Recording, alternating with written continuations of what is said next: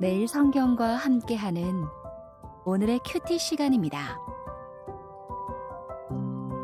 7월 6일 오늘의 말씀은 예레미야 1장 1절에서 10절입니다.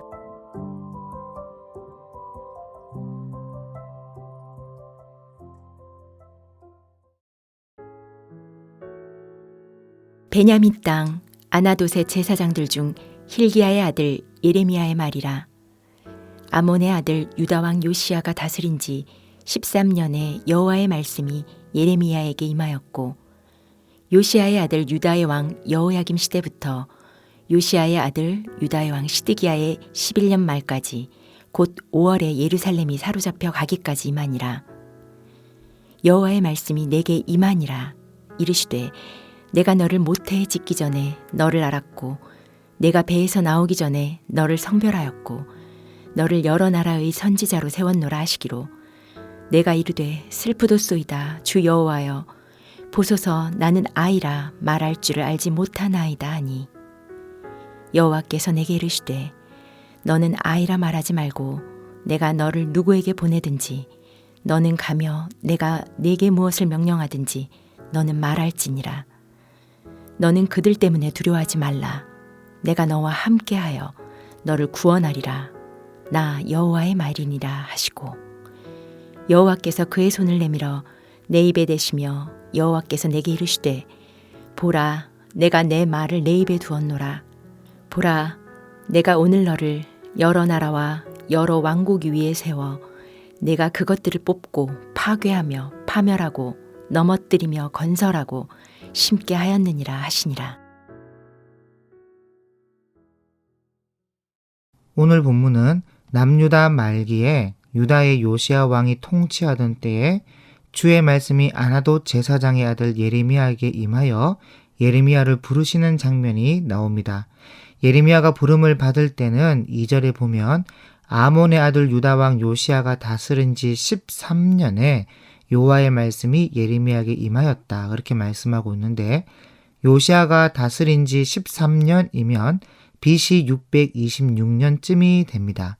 예레미야가 이때부터 남유다가 멸망당할 때까지 하나님의 말씀을 받아서 전하는 사역을 감당하는데, 3절에 보면 요시야의 아들 유다의 왕 여호야김 시대부터 요시야의 아들 유다의 왕 시드기야의 11년 말까지 곧 5월에 예루살렘이 사로잡혀 가기까지 임하니라, 그렇게 말씀하고 있어요. 여기 유다 왕 시드기야의 11년이라면 BC 587년인데 그러면 약 40년을 하나님의 말씀을 받아 사역했다는 것이고, 특히 3절에 11년 말까지 곧 5월에 라는 말씀은 5월 말까지 하나님의 말씀이 임했다는 것입니다. 그러니까 예루살렘 성은 역사적으로 시드기야 왕 11년 4월 9일에 바벨론에게 함락당하고 5월 7일부터 10일까지 성전과 그 외의 중요한 건물들이 불탔어요. 그리고 5월 말이면 유다 총독 그다랴가 죽고 예레미야가 애굽 다바네스로 끌려가는데 거기 갔을 때까지 하나님의 말씀이 임했다는 것입니다. 그러니까 유다가 멸망했다고 해서 바로 하나님의 말씀이 끝난 것이 아니라 그 뒤에도 어느 정도 이어졌다는 것이죠. 여러분, 성경의 인물들 중에 하나님의 말씀을 받아 전하는 선지자치고 어느 하나 쉬운 삶을 살았던 분은 없었습니다. 그렇지만 이 예레미야는 그 중에서도 가장 힘들고 괴롭고 아프고 슬프게 지낸 사람이 아닌가, 그런 생각이 들 정도인데, 사실 예레미야는 예언자로 부르심을 받지 않았다면 제사장이니까 그런대로 안정된 직장을 가지고 평안하게 가정을 이루고 살 수 있었습니다. 그런데 예언자로 부름받아서 하나님이 결혼 못하게 하니까 결혼도 못하고 홀로 이 사역을 감당하는데, 그것도 40년 이상을 홀로 아무도 듣지 않는 설교를 하였고 외롭게 이 사역을 감당해야 했습니다.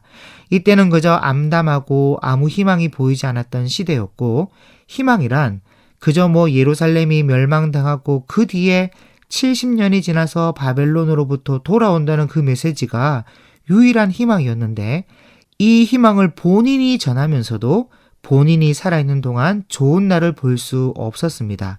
그래서 아무런 희망을 보지도 못한 채 예레미야가 하나님 말씀을 전하였고 40년간 그 절절하고 애절하고 기가 막힌 사연을 하나하나 써나간 성경이 예레미야서라는 것이죠. 그런데 예레미야서를 보면 예레미야 선지자가 성경을 기록하면서 자신의 생각과 감정과 견해를 거의 기록하지 않았습니다. 그래서 묵상하는 동안에 여러분들이 꼭 체크하셔야 될 말씀이 있다면 문장인데 여호와의 말씀이 예레미야에게 임하였고라는 문장이에요. 여러분 성경 전체에 여호와의 말씀이 내게 임하였다 그런 구절은 약 한 350회쯤 나오는데 그 중에 이 예레미야서 안에만 157회가 나옵니다. 그만큼 예레미야가 자기 말이 없었다는 것이죠. 오늘 본문에도 2절과 4절과 7절과 8절과 9절에 여호와의 말씀이 임하였다는 말이 나오는데 본문 전체가 다 하나님이 하신 말씀을 기록하고 있다는 것입니다. 그러니까 그만큼 예레미야가 하나님의 말씀을 권위 있는 말씀답게 기록하고 있다는 것이에요. 그래서 5절에 보면 하나님께서 이런 예레미야니까 내가 너를 모태에 짓기 전에 너를 알았고 네가 배에서 나오기 전에 너를 성별하였고 너를 여러 나라의 선지자로 세웠다는 겁니다. 특히 유다 백성들뿐만 아니라 주변의 나라들까지 10절에도 너를 여러 나라와 여러 왕국 위에 세웠다. 그래서 주변 열방에 대한 예언도 예레미야서 안에 함께 많이 기록되어 있습니다.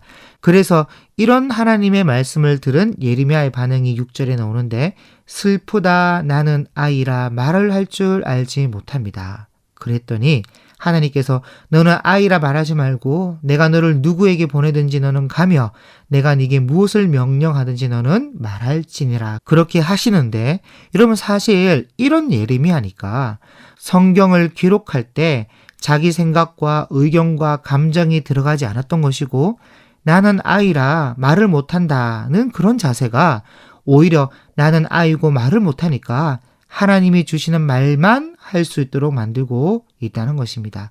그리고 또 나는 아이라고 하니까 하나님께서 두려워하지 말라고 내가 너와 함께하여 너를 구원해 주겠다고 약속하고 있는 것이죠. 그래서 하나님의 일은 내가 하는 것이 아니라 나를 통해 하나님께서 하시는 겁니다. 뭐 그냥 아무것도 안 하고 가만히 있기만 하면 된다 그런 말이 아니라 내가 할 수 있는 일에는 최선을 다해야 하지만 내 뜻과 내 생각이 하나님의 뜻으로 둔갑해서는 안 된다는 것이죠. 요한복음 3장 34절에 하나님이 보내신 이는 하나님의 말씀을 하나니 이는 하나님이 성령을 한량없이 주심이니라. 그래서 하나님이 보내신 사람은 자기 의견과 자기 생각이 아니라 내 생각보다 더 크신 하나님의 말씀을 전해야 됩니다. 그렇기에 중요한 것은 하나님이 하시도록 하기 위해 나는 어떻게 준비되어 있어야 하느냐 이것이죠. 그래서 9절에 여호와께서 그의 손을 내밀어 예레미야 입에 대시면서 하시는 말씀이 보라 내가 내 말을 네 입에 두었노라. 이사야 선지자에게도 하나님께서 그 입을 정결케 하시고 말씀을 맡기셨고 예레미야에게도 그 입을 정결케 하시고 하나님의 말씀을 진리대로 전할 수 있게 하셨습니다. 그러므로 우리도 하나님이 일하시기에 부족함이 없고 충분한 통로가 될 수 있도록 준비하시기를 바랍니다. 오히려 나는 아이라 말을 할 줄 모른다는 그 마음의 자세가 자기 말보다 하나님의 말씀을 가감없이 전할 준비가 되게 만들었던 것처럼 나의 뜻이 관철되는 삶이 아니라 하나님의 뜻이 관철되는 삶이 되도록 부단히 마음을 준비하고 삶을 준비하는 우리가 될 수 있기를 바랍니다. 예레미야를 수태전부터 계획하신 하나님께서는 우리도 창세전부터 예정하사 하나님의 자녀가 되게 하셨으니 분명 우리 삶을 통해 이루고자 하시는 하나님의 뜻이 있음을 바라보시고 기대하는 오늘 하루가 되시기를 축복합니다. 기도하겠습니다. 하나님 아버지 암울하고 암담한 시대에 예레미야를 부르시고 하나님의 말씀을 전하게 하심을 보았습니다. 우리도 점점 진리가 외면당하는 시대에 말씀 앞에 묵상하는 자로 우리를 부르셨으니 하나님이 보내신 곳에서 말씀에 순종함으로 말씀을 나타내며 살아가는 우리의 삶이 되게 도와 주옵소서. 예수님의 이름으로 기도드립니다. 아멘.